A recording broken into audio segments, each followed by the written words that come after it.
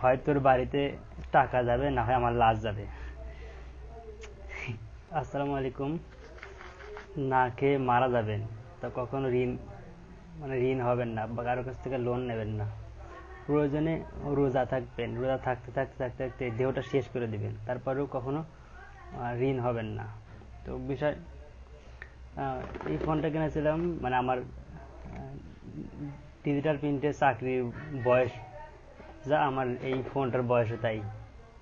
তো এই ফোনটা কিনেছিলাম 16,000 টাকা দিয়ে যখন কিনেছিলাম, তো আমার তো টাকা ছিল না। চাকরি নেওয়ার 2 মাসের মধ্যে আমার একটা ফোন ছিল, ফোনটা নষ্ট হয়ে যায়। তখন আমি এই ফোনটা 16,000 টাকা দিয়ে কিনি, কিন্তু আমার কাছে 16,000 টাকা ছিল না। ভুলে গেছি। বড় অপরের কাছ থেকে 4,000 টাকা ধার নিয়েছিলাম, আর আমাদের সিনিয়র অপারেটর হাকিম ভাইয়ের কাছ থেকে 4,000 টাকা ধার নিয়েছিলাম। এই মোট 8,000, আর বাকি টাকা দিয়ে ওই সময় ফোনটা কিনি। সে টাকাগুলো আমি এখনো দিই নাই, যেহেতু আর বিশেষ করে আমি কারোর কাছ থেকে টাকা ধার নেই না। সর্বোচ্চ 500, 200, 300 এরকম, মানে কারোর কাছ থেকে আমি টাকা ধার নিয়ে রাতে ঘুমাতে পারি না, বা আমার ধার, আমি এই জিনিসটা ভয় পাই। সাপোজ আজকে টাকা ধার নিয়েছি, কালকে মারা গেলাম, তাহলে এরকম ভাবে ভাবি। আমি কখনো টাকা কারোর কাছ থেকে ধার নেই না। তো এইটা কেনার জন্য আপুর কাছ থেকে 4,000 টাকা ধার নিয়েছিলাম। আর এইটা এইটা এটা হলো অ্যাপেলের ডিভাইস। তো এইটা যখন কিনি, মানে যেটাতে ভিডিও করতেছি, তো এইটা কিন্তু অনেক টাকা লেগেছিল। তো তখন 8,000 টাকা আপুর কাছ থেকে ধার নিয়েছিলাম। তো যেদিন ধার নিয়েছিলাম তার 2 থেকে 3 দিনের মধ্যে টাকা দিয়ে দিয়েছিলাম।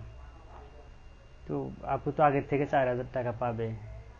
আর পড়াশোনায় খুব হিমশিম খাইতেছিলাম, তখন আমার স্যালারি খুব কম ছিল, মানে পড়াশোনা চালাইতে পারতেছি না। তো ওই সময় আপুর কাছ থেকে 500, 1,000, 2,000 এরকম করে ধার নিতেছিলাম।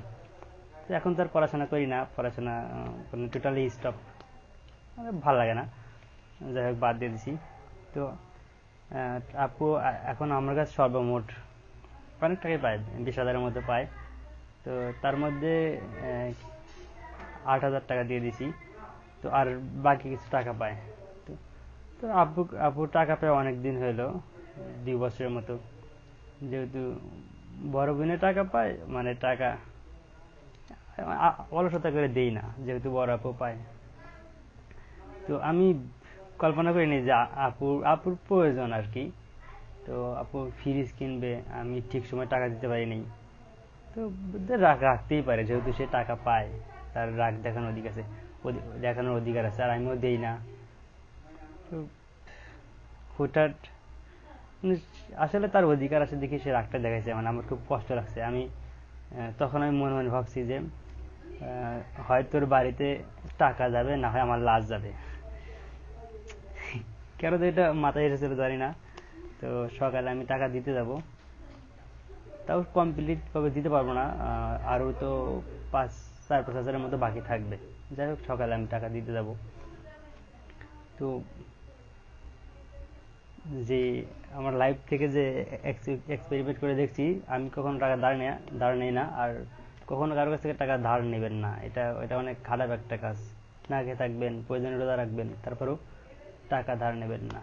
আর হ্যাঁ, কিছু করতে গেলে মানে লোন নিতেই হয়। সাপোজ কোনো একটা ডিভাইস কিনতে গেলে মানে লোন নিতে হয়, লোন ছাড়া হয় না। আমি এই ডিভাইসটা কিনতে কোনো লোন নেই, আমি নিজের টাকা দিয়ে কিনছি। তো যাই হোক, এই সাইকেলটা কিনছি, পুরনো সাইকেল। মানে আমার এখন সাইকেলের তেমন একটা প্রয়োজন নাই। তো ছোট সময় আমার শখ ছিল, সেই শখ পূরণ করার জন্য ওই সময় আমি আমার মানে পরিবারের জন্য সাইকেল বিক্রি করে দিয়েছিলাম, শখের সাইকেল। তো ওই একটা ক্ষোভ থেকে সাইকেলটা কেনা।